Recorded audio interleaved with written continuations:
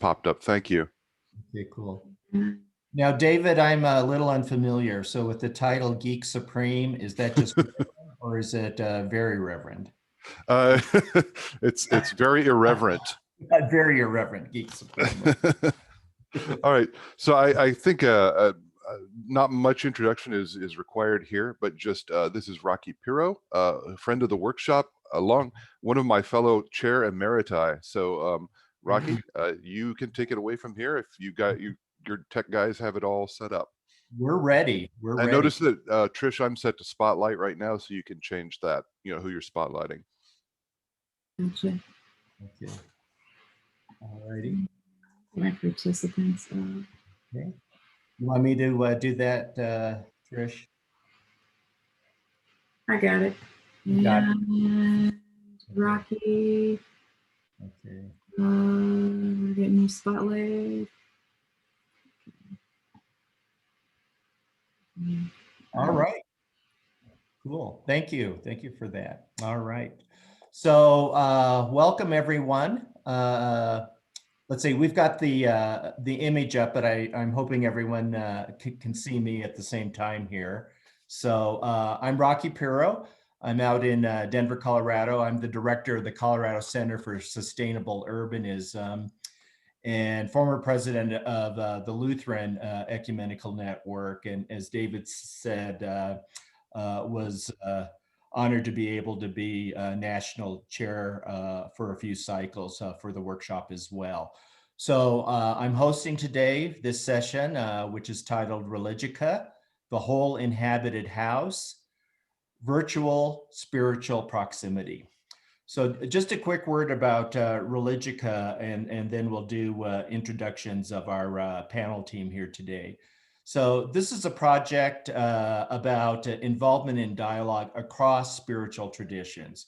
So how shared values of people of faith can address discord in society, violence against people, care for the planet, and other challenges where a religious voice is needed and has a role. Part of what we've done with setting up Religica is to make a commitment to help religious leaders, global, national, local, to deepen their awareness of the wisdom they have and can share with other people of faith, including ecumenical partners, interreligious or interfaith colleagues, and others on spiritual journeys. You know, clearly we have much to learn from one another. We're a 21st century resource. So we're based on the traditions which have been handed down through the ages, but we work with this online format that we'll introduce to you today. That includes podcasts, blogs, news feeds, all around spiritual themes of discovery, exploration, pilgrimage, and destination. So I'm going to take a quick minute to introduce the founder of Religica here. So Reverend Dr. Michael Trice, who will then introduce the rest of the team here. Michael's no stranger to the workshop. I mean, he was a key participant in its planning and organization for a number of years in his capacity in the Office of Ecumenical and Interreligious Affairs or Relations for the Evangelical Lutheran Church in America. I just noted, Michael, as we were preparing, this year marks the 20th anniversary of Young Ecumenists, which something he was very integral in establishing for the workshop. So he's the director for the Center for Religious Wisdom and World Affairs at Seattle University. It's a Jesuit institution.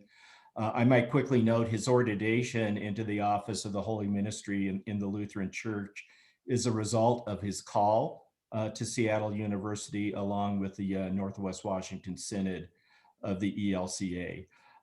He's also a professor of ethics and constructive theology there at Seattle U, and is the founder of Religica, so which we'll learn more about right now. So Michael, we'll turn it over to you, sir. Thank you so very much, Rocky. I'm going to give the team an opportunity to introduce themselves. This is a great cadre of professionals and leaders in their own right, and it's my real pleasure to be associated with them. Rocky, I'm so grateful for your introduction. The one item I might just add to that would be, it's been a a real privilege of service to be a part of the Faith and Order Commission through the National Council of Churches since 2004, and working in that capacity with so many colleagues over all these years has just been a signature kind of vocational essential moment for my own development in ministry. And I'm grateful for that, and for many of you here who have also participated in Faith and Order in one form or another. Let me now just ask Megan Anderson, Jessica Cattle, and then Trish Brownlee, perhaps in that order, to introduce themselves as part of the Religica team, and then we'll continue from there. Megan, you're first. Awesome. Thank you, Michael. It's wonderful to meet you all, and I'm the blogcast editor at Religica. Started off doing blogs, and you'll hear momentarily what a blogcast is and why we've moved there. But that's my primary engagement. I've done a little bit with podcasts at Religica as well. In my background, I've a background doing religious news and articles at the Interfaith Observer for a long time, and then now just working on other various nonprofits. But really grateful to be here and to meet you all and to describe the wonderful things that Religica is doing. And Jessica. Hi everyone, I'm Jessica. I'm a social media specialist at Religica. I am speaking to you from London here. You may pick it up from the accent. And I have a background in, I've got a master's in arts leadership, and I'm a visual artist. And I'm also a social media consultant and specialist. So I am all knowledge about how social media works, and I'm going to be talking to you about that later on. Thank you. Over to Trish. Thank you, Jessica and Michael and Megan. I'm Trish Brownlee. I am Religica's webmaster and user experience designer, and I will explain a little bit more about what that is and how that works. I have my MFA from Pacific Northwest College of Art in Portland, Oregon, and I have 2 years of postgraduate studies in theology at the School of Theology and Ministry at Seattle U. And I am Unitarian University, excuse me, I couldn't say my name.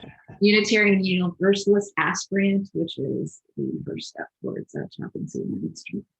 And so I'm looking forward to sharing everything we've created with you. I'll turn it back over to Michael. Thank you very much. And I will go ahead and just start then. I'd like to tell you a little bit about Religica. And we do want to showcase a lot of what we do, so that in the next 35 to 40 minutes, all of you who are viewing have a real sense of what the Religica or Religica platform is doing. Fundamentally, it is a theological laboratory that was originally connected to my work as a faculty for testing the ligature of deeper meaning from religious traditions and spiritual pathways. And I am surrounded by this amazing team that you just heard from.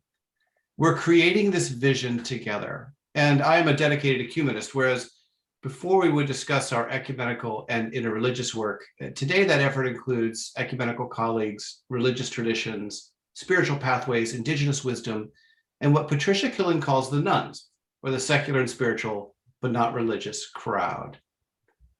The lexicon for identifying the pluralism we swim in has only grown, certainly since I entered this field in 1991 as a youth director in Colorado Springs at Prince of Peace Lutheran Church 30 years ago. But for the last 10 years, I've taught a foundational course titled Theology, Ecumenism, and Pluralism, where we discuss the importance of knowing the fibrous religious realities of our communities today. I tell students, there's no assumed audience. There's only the actual audience, vulnerable and seeking at a time through this pandemic age. And part of our collective work, you and me, all of us in this virtual space, is getting as close as possible to that audience or to that community.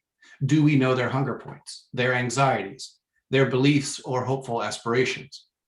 And as the president of the Cuban Council of Churches told me last month, do we see ourselves in service to a whole terrain of humanity that includes and also transcends our own particularity? If we do, then as clergy, the whole community is a parish or a congregation. The theology within Religica begins with the premise in 1 Peter 2, 4 through 8, that we are all living stones within the whole inhabited house.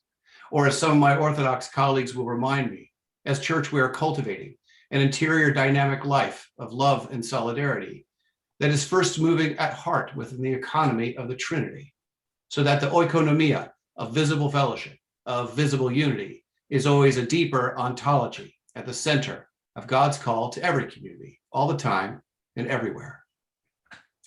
But proximity is an issue, there we go, especially in a pandemic age, with all of its disequilibrium and injustices that reveal to us some of the key sicknesses within society.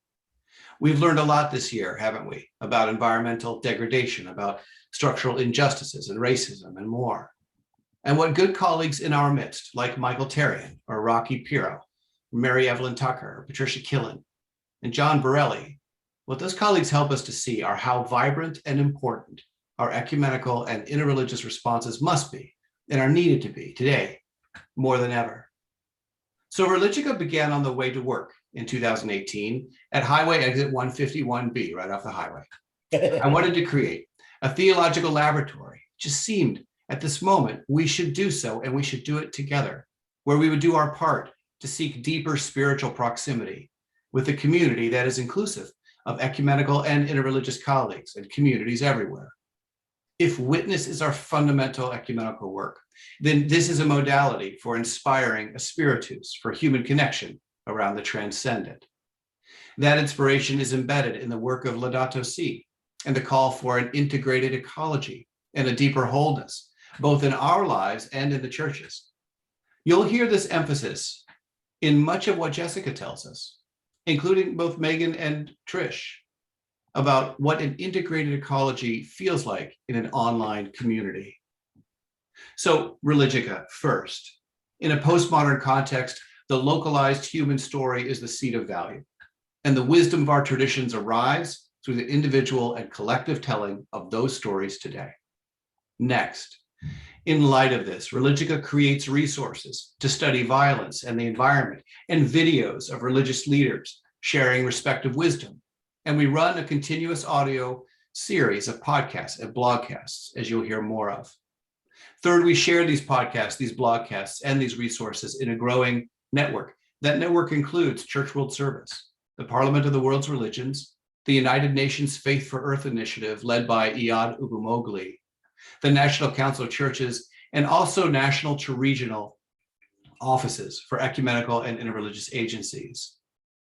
And finally, we seek out new voices in local communities. And that's what's just so essential in your communities and mine, those voices, so that you'll share your stories with us.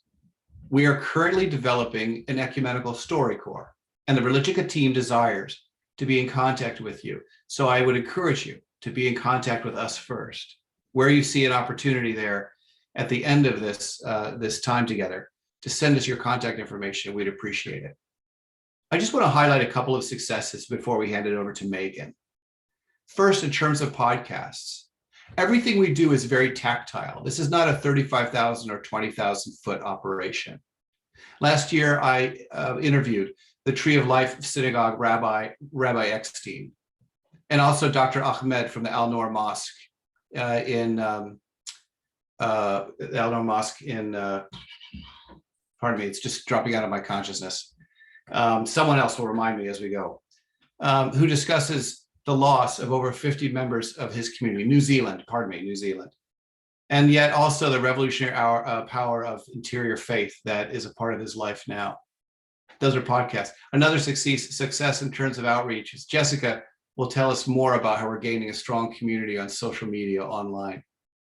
Trish will also talk about our total rebranding of the website. And I just want you to know, over the last 2 years, since that exit on 151 in 2018, the Religica site, between all of its modalities and YouTube and Facebook, all the channels and platforms, has reached over 1 million people. We didn't anticipate that. Quantitatively, it was never about the numbers. We were hoping to do something more integrated qualitatively. But we value that. We value those numbers because they tell a qualitative story. The deepest success, the most meaningful success for me, is there's no paywall. There's no marginalization built in. This isn't free, and it's not inexpensive, but it's essential work, and we don't charge for people to use these resources. so that these resources are able to be used without any expense in local communities, in classrooms and seminaries, in university contexts, and in adult education. I'm going to pause there and invite my colleague, Megan, to continue next and tell us more about the work she's doing. Megan. Thanks, Michael. I think that was a beautiful introduction of everything that Religica is doing. As I mentioned in my introduction, I work primarily with our blogcasts, and you may wonder what in fact is a blogcast, and it's a modality that includes both the written word on a blog and then also the spoken word as kind of like a mini podcast, a 2 to 3 mini podcast. And if you haven't heard of blogcast before, it's because this is something entirely new that our team at Religica created, or at least I haven't seen it anywhere else in my time yet. So as far as I know, this is something that has emerged in Religica. But then you have the question of why we went through the extra effort to add this auditory component to our blogs, because it does take more work to use the files, to edit the files, to put them up on the web. It's more work on our author side as well. And the first reason was we were noticing that there was less engagement on the blogs overall in terms of the work we were doing. And I think part of that is that people today, and especially in today's time, don't have as much time to read, or maybe don't even have as much time with the energy to read. During my work at the Interfaith Observer, where I was an editor of text, I could kind of see that trend happening already. But during COVID, it became even more apparent because I think people are just overwhelmed. They're trying to do more at home, more at work, multitasking here and there. And so we wanted to go back to the drawing board. And I'll say, even in terms of our writers, once COVID hit, it became difficult to even find people to write 700 to 1,000 word blogs. And so we're like, okay, let's go back to the lab. As Michael has said, this is a laboratory of learning and exploration, and seeing how we really connect with the world. And we're saying, what can we do? How are we going to reach people? Because the ideas and the sentiments that are being shared are valuable. So we decided to go with a shorter format. It's blogs that are about 500 words, it seemed to be a lot easier for the people we reach out to, and then also to record their voice. And this does two things. Number one, it makes the blogs more accessible, because originally, if you have trouble seeing, you can't really engage with our blogs because it's just visual text. And as Michael said, we want to be open, we want to be inclusive, we want everyone possible to have access. And so if people can listen, then they can still hear the blogs without having to see it.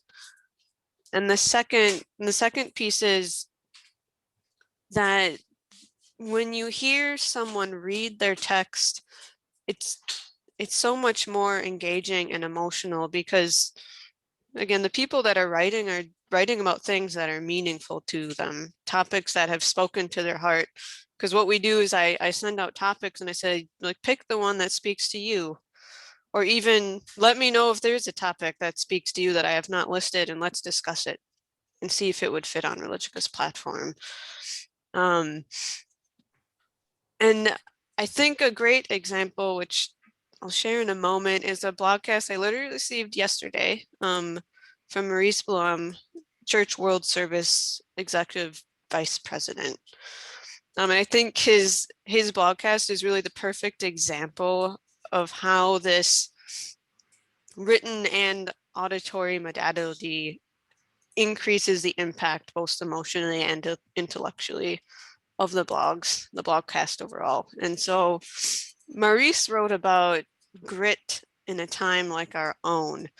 And he started off with talking about his mother who at 4 years old caught polio and had to be quarantined Like we're going through a quarantine now, and you can imagine as a 4-year-old being quarantined longer ago. And then even when she recovered, she had a dead arm for the rest of her life. He mentions that, you know, she had an internment camp, and then she dealt with 5 years of Indonesia's war for independence. And he says, you know, like she knew what it meant to have grit. And hopefully when you hear me just speak about it, there's probably something that you can feel inside yourself. It elicits some kind of motion just to hear those words and what she goes through, but it's on a whole different level when you hear Maurice speak it for himself. And so we're just gonna play like maybe the first paragraph of his blog. And Trish has kindly brought that up for us. Thanks, Trish.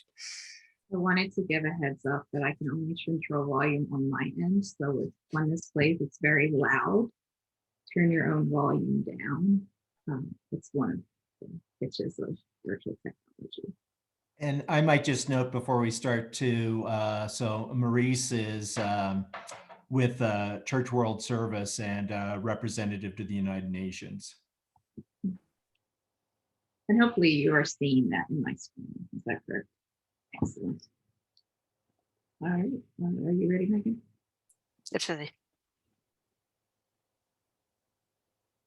You can hit play. I'm casting a blog to you titled, My Mom's Grit. When my mom was 4 years old, she got polio and was quarantined. Can you imagine being such a small child having to be all by herself? She eventually recovered, but was left with a disability. Her right arm was dead. She spent her whole life living with only one strong arm. It was something I didn't realize until I grew up. She never complained about or mentioned it to me, nor others. Even after spending 3 years in an internment camp during the Second World War, another 5 years surrounded by Indonesia's war for independence, and even after suffering discrimination in a country where she was a citizen, as my parents eventually moved to the Netherlands, she knew what it meant to have grit. My mom knew what it was like to be in a situation where you don't know what tomorrow will bring. This pandemic is the first time ever that I've ever experienced that. But for many of the readers and listeners of this blog, this is not the first immense crisis they have had to deal with. The difference in experience and journeys is important to understand while we discuss this pandemic, something that affects the whole world. I've heard people say that we're all in the same boat, but we aren't. We are in the same storm, but we're not in the same boat. Many of the people my organization works with around the world know what it is to live with uncertainty, without knowing what tomorrow will bring. So how is this pandemic any different for them? In the poorest neighborhoods in the US, the median household income is less than $35,000, and the COVID-19 infection rate is twice as high as in the nation's wealthiest zip codes, where median income surpasses $75,000. We are in the same storm, but not in the same boat. As we continue to grapple with the ongoing collective trauma of the COVID-19 pandemic, we could all stand to cultivate more grit, says Angela Duckworth, New York Times bestselling author and psychologist. Why? Because when bad things happen unexpectedly, part of having grit is being able to navigate those stormy waters, she explains. Gritty people tend to look for opportunities to learn and grow during challenging times. That means that when a crisis is over, they won't be where they were before it all started. They'll actually be better off. She also points out that it's never too late to develop grit, or gritty qualities like self-control, tenacity, and stamina, because people never stop developing. So while the future might feel uncertain, and things are largely outside of our control, I have learned from my mom to focus on the things we can change and understand the elements of our situation that are temporary. There are always things in our life we have control over, and that's in our best interest to focus on those things and frame our adversity in what Duckworth refers to as an optimistic, resilient way. I'd like to end this little introspection with an invitation to engage as we keep writing this new chapter in the story of our lives. We can control how this story evolves, Let's continue to walk, talk, listen, but also to dance with joy, like my mom used to do when Glenn Miller's In the Mood blared from our stereo system. Thank you, Trish. No problem. So I think what Maurice's blogcast points out among the fact that I think there's that emotional charge again from hearing him read his words himself that really creates a spark, and also highlights the fact that at Religica we really try to focus on themes that are relevant to the times that we're living in, themes that touch on the feelings and the emotions and the struggles and the joys that we're experiencing in this moment, and that are churning and changing our world.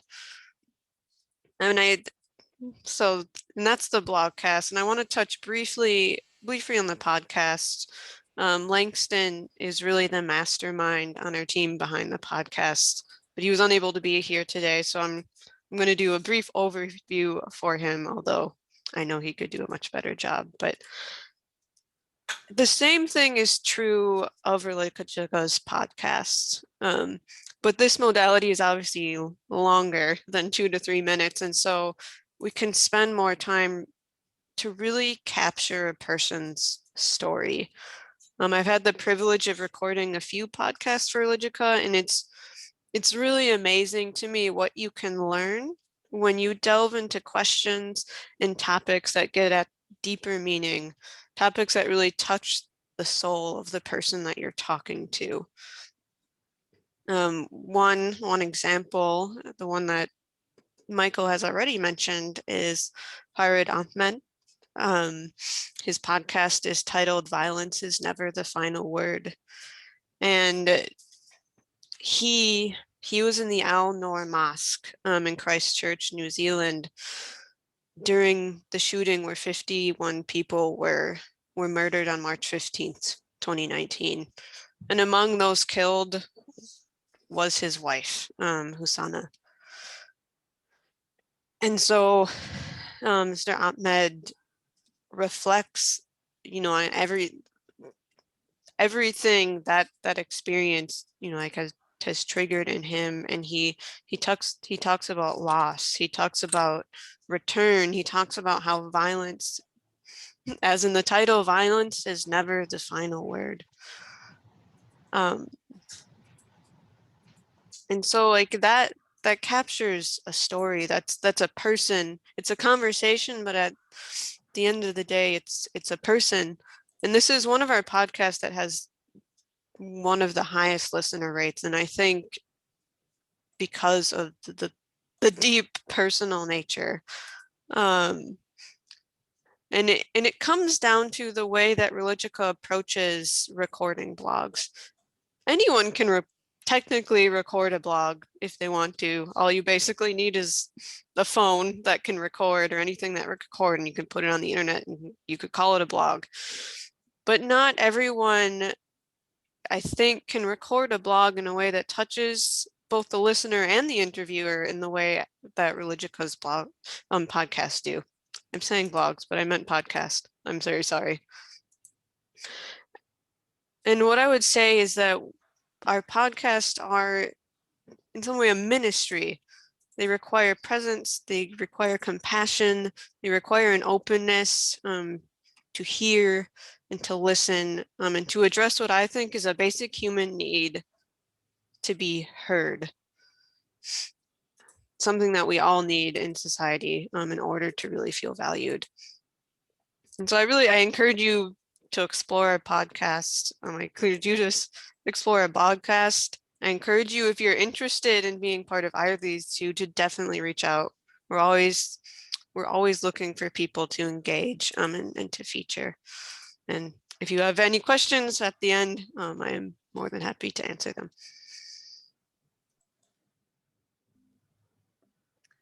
Great. I'm sorry, now I'll turn it over to Jessica. Yeah, that's great. Thank you, Megan. Hi, everyone. I am here to talk to you about social media now. So let me just share my screen really quickly.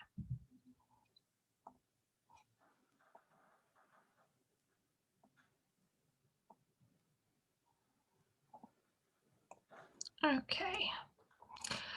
Right, so as you've seen, we create fantastic content, podcasts, blogcasts, and we have blogs from the past as well.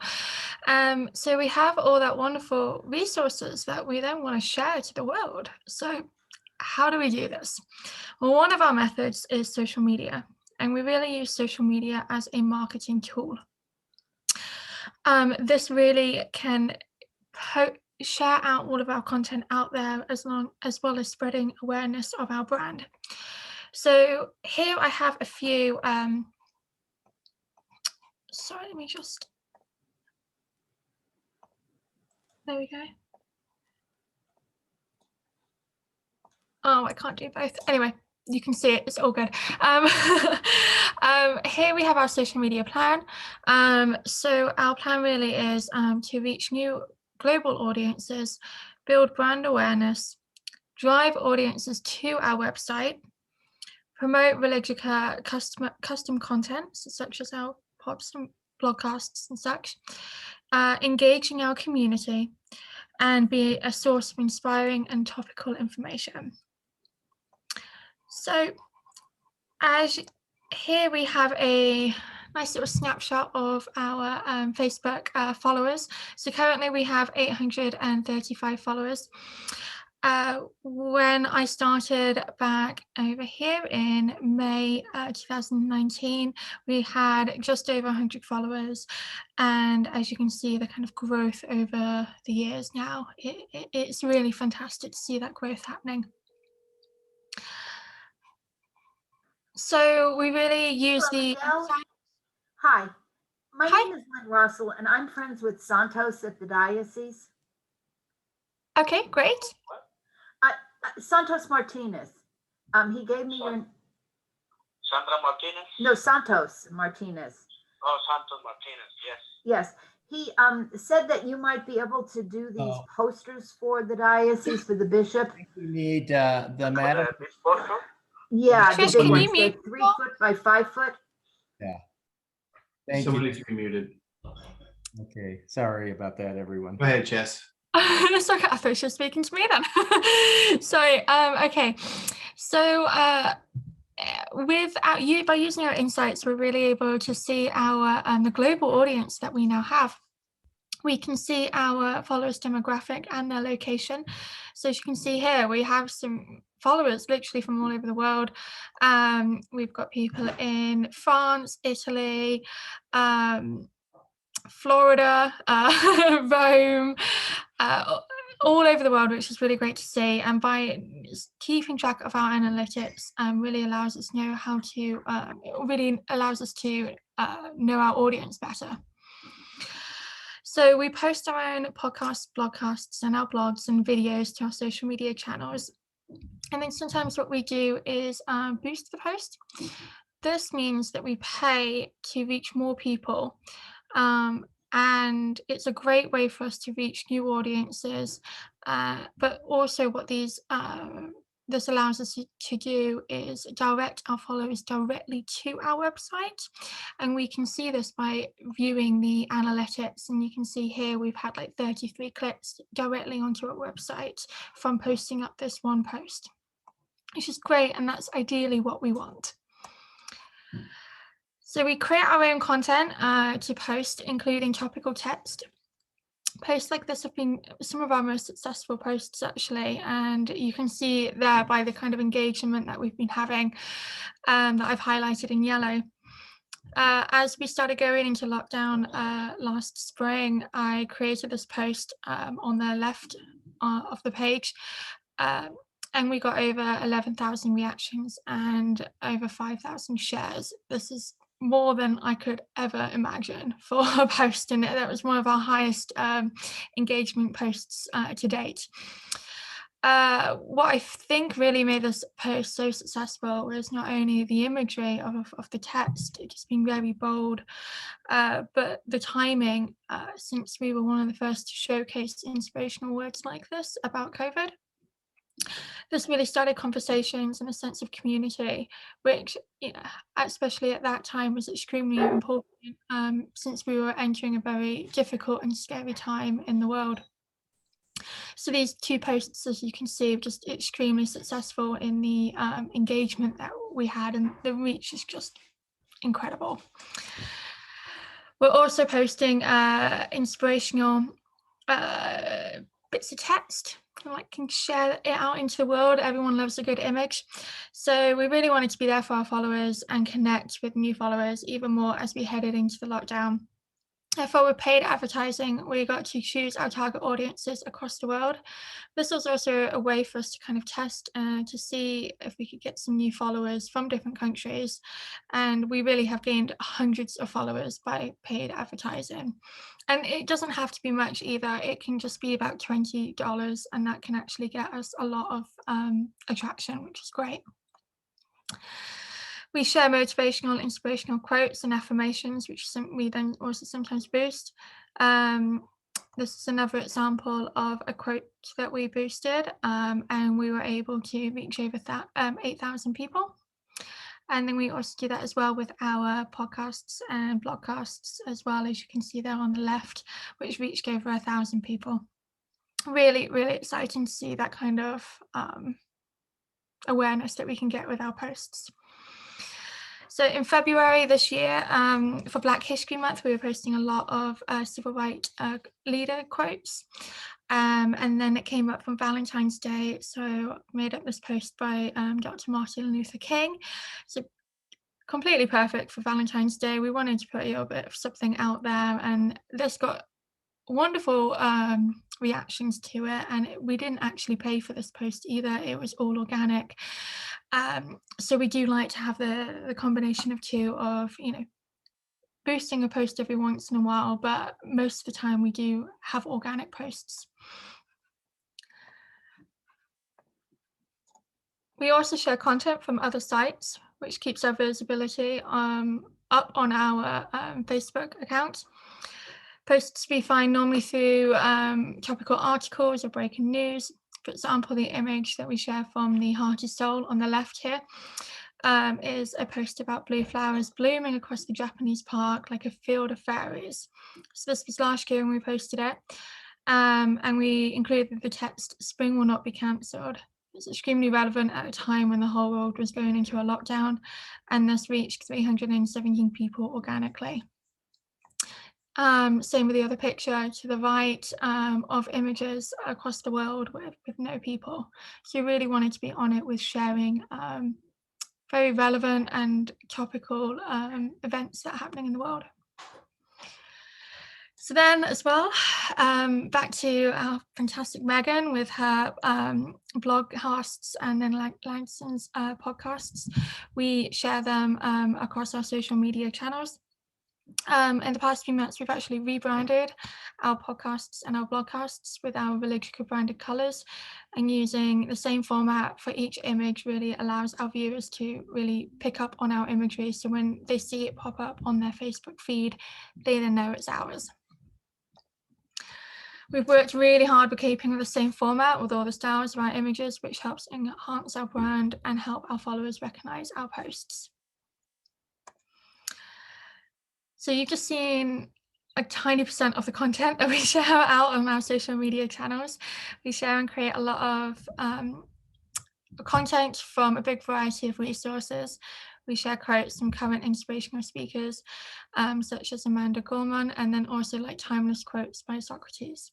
We really want to create meaningful moments in our audience lives.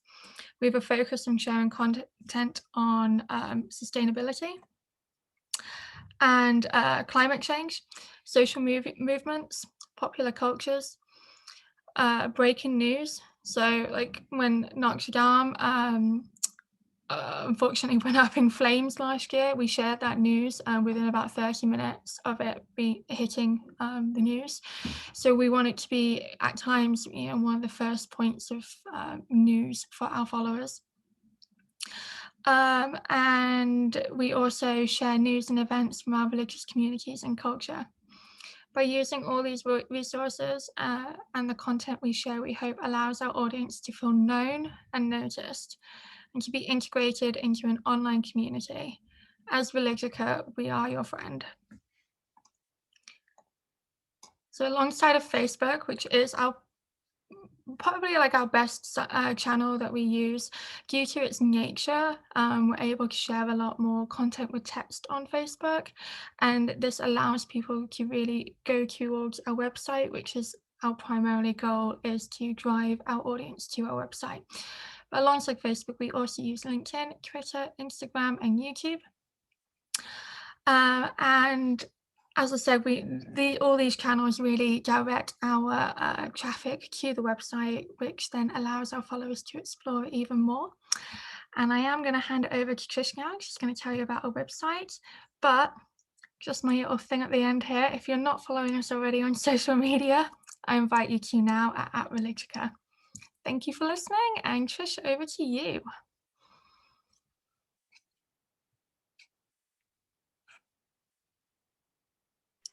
Thank you, Jessica.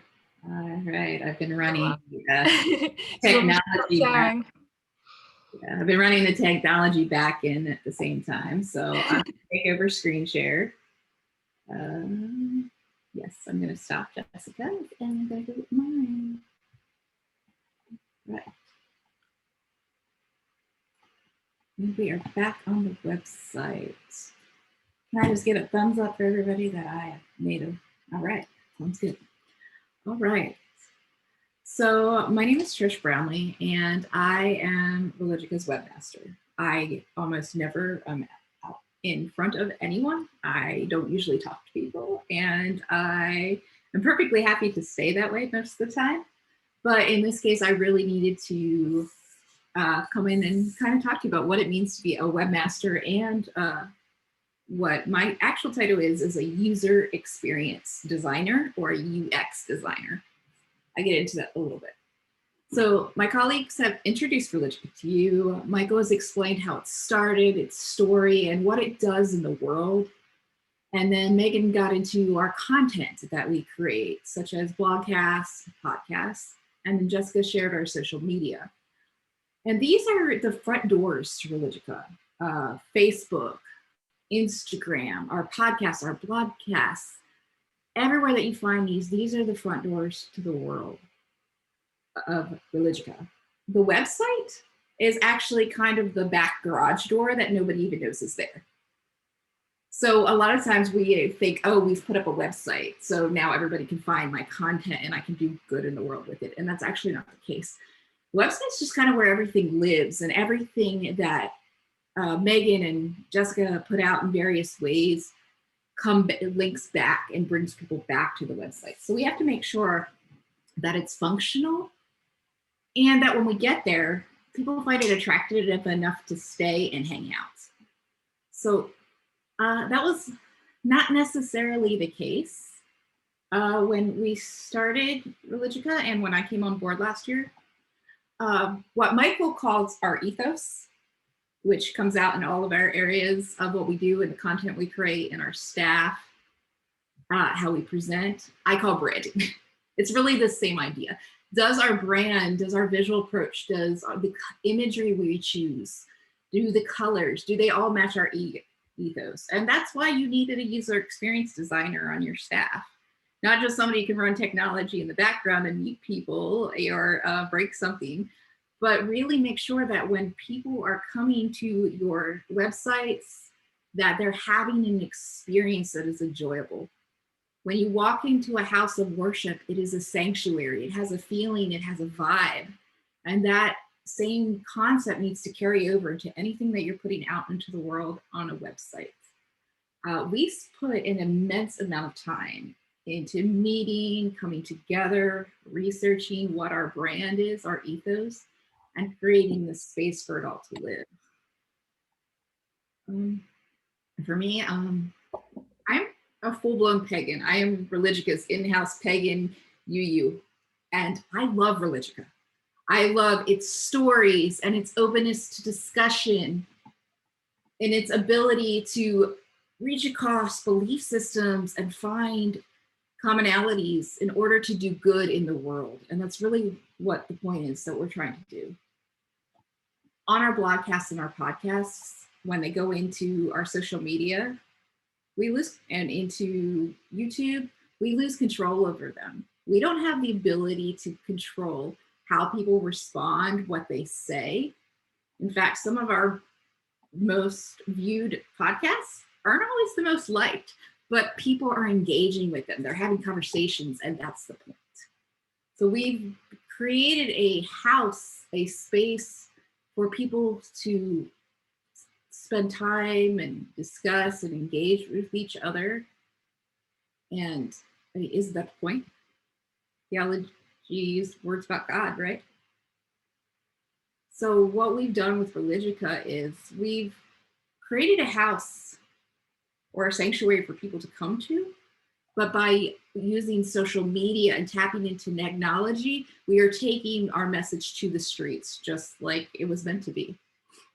Worship took place in the streets. And we have to realize now that technology and spirituality are not separate, and they have never been since the first Gutenberg printing press. Does anybody, you can unmute, anybody know the first book printed on the Gutenberg printing press?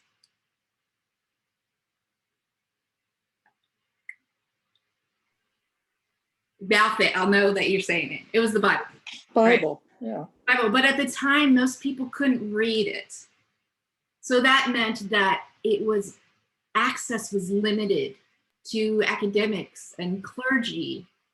And then as the printing press created, they were able to create more Bibles. They were able to translate it into different languages.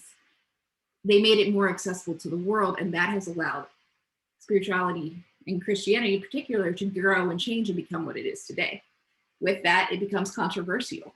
We have to be okay with putting we have to say out into the world with the fact that not everybody's going to like it. Not everybody's going to like the message, but we have to take it to the streets anyway. And in the world we live in now, the streets are the internet.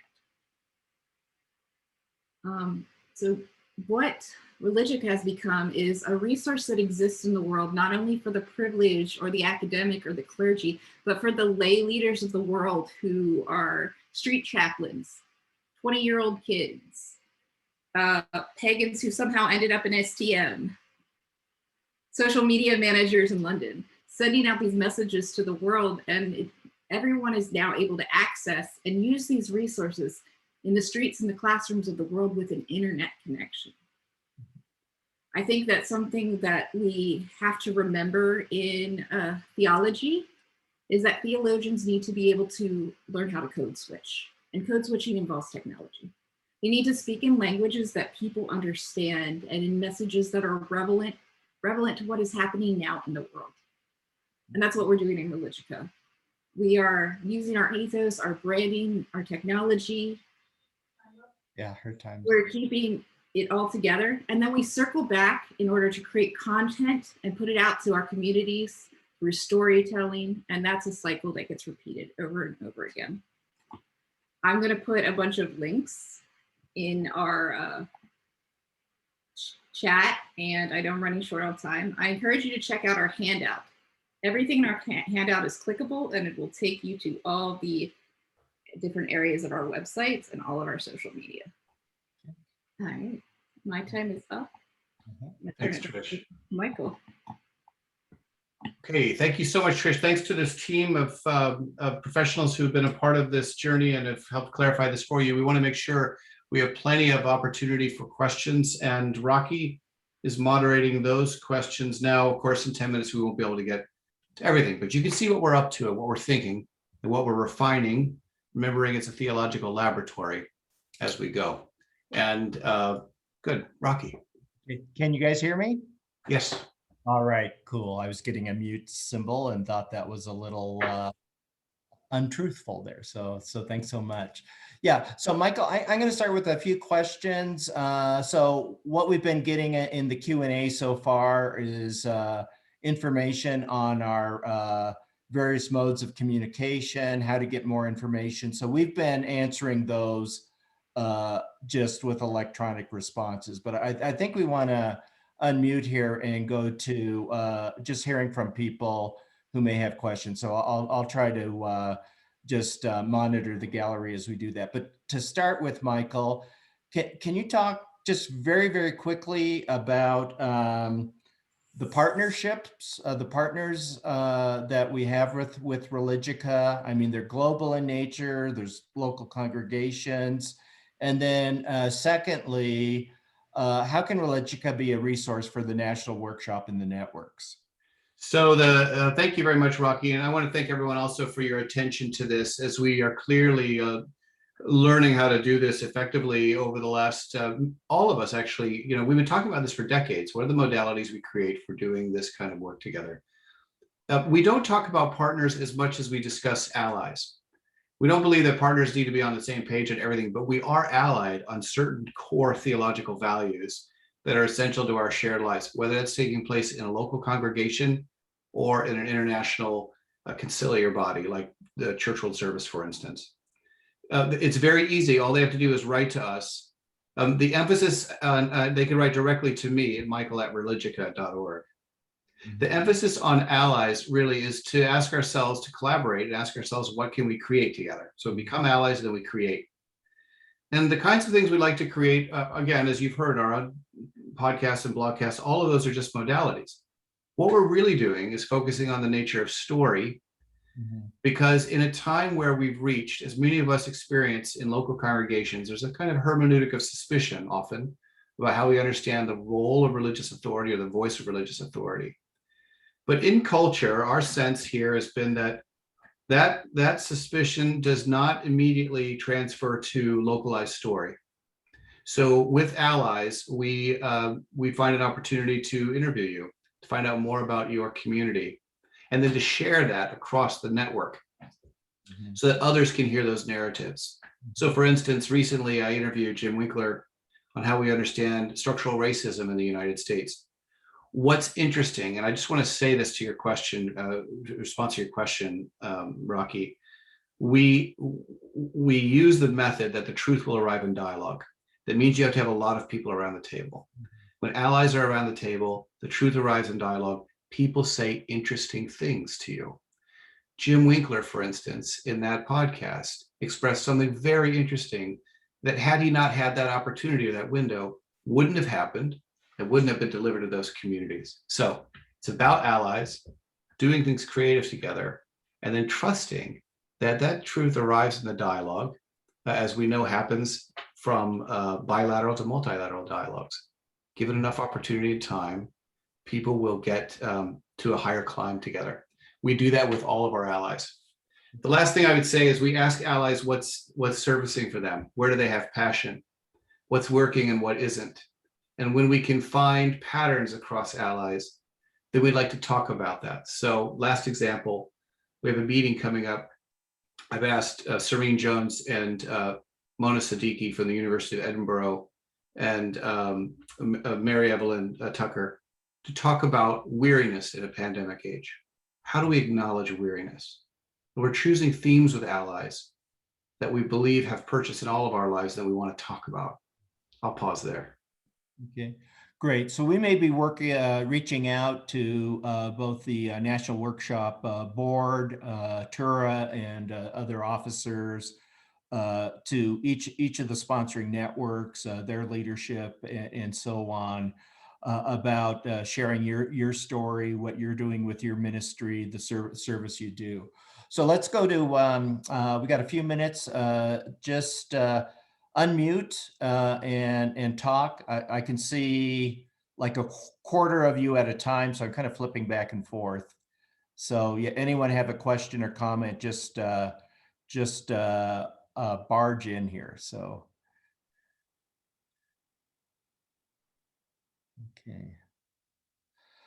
While you're forming some questions, I'll just say one more thing to just follow up on what Michael said. I mean, we've got the Parliament of World Religions, we've got National Councils of Churches. He mentioned Jim Winkler. We've got the Cuban Council of Churches. We've got local judicatories, dioceses, synods that are involved, individual congregations, and a whole host. I know Trish showed an image there of some of the allied individuals. So, I mean, do take advantage of this. There is just available. Yeah, and Rocky, let me say, when we're, as you all are, I'd love to hear another question from you all. As you're thinking that through, when I think of Cadeo or Learn or these other networks, and our work is really about configuring a story, an ecumenical story core. There are stories in there that are essential and can be shared.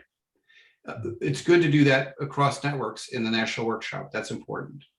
But we want to be able to take those stories, turn them and amplify them across our own networks so that others who don't have access to the National Workshop can hear what this pastor is thinking, being a Lutheran pastoral theologian, working in Florida at the State Council of Churches, having done that faithfully for a number of years, and has a manifold level of stories to share. Part of the work then on our side is to locate the stories that really resonate across those networks so that others can hear it. And of course, we know the benefits of doing that. I'll pause there.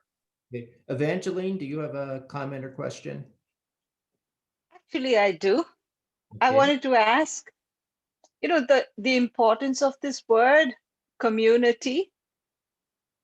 It is the same word that is used for people who come to, we have the social media community. So communities are constantly formed. And what is the difference between that community and the community that we talk about, like a beloved community? What is the difference? Yeah. So Michael, before you answer that, the next Evangeline. question we'll take will be from Philip. Okay. And yeah, please, Michael. Thank you, Angeline. Well, that's, you and I could talk about that for an hour immediately. And I think that's the pressing question. Also, in a time where we have physical distance, but spiritual proximity, as we know, is essential to what we're doing. And the sense of community, in many regards, in my estimation, has become, certainly it's ever more important, but how we think about the fibrous reality of community is actually more porous than we may have imagined before. Many of us have had successes, significant in online community over the last year in terms of worship and ritual and all that's an aspect of that gathering. And all of us have had to test out different things, haven't we, in our respective leadership. My sense is on the other side of this pandemic, in short order, that is your question, Angeline, is going to be a fundamental and growing question. I think we're going to have to acknowledge that community is coming in a number of different forms. In our case with Religica, we know now that the virtuality of community, and we know that can also be facilitated. For instance, last week, we had a meeting at the Center for Religious Wisdom and World Affairs. We had scholars from all around the country, and we spent 3 days in virtual conversation with each other. We fostered community. People felt a kind of cathartic way of belonging in community. They acknowledged that. They developed relationships. And this time we're in right now, I would suggest it requires tremendous conversation to draw from you, Angeline, and others who have experienced this firsthand and have something to say about what community is now and what it's becoming. Fundamentally, my hope in the end is that we may discover community is always what it was. If we go back to the first century and think of those house churches and the traveling between the great distances and gathering points where people in Asia Minor may not have felt very secure in the midst of that empire situation, they still had to foster community under threat. We have an opportunity now to really rethink this. So I, of course, don't have an exhaustive response, but I genuinely appreciate your question. And I think it's important to acknowledge it. We are at the top of the hour, so let's take Philip's question or comment, and then we'll have a few words to close this session. So Philip?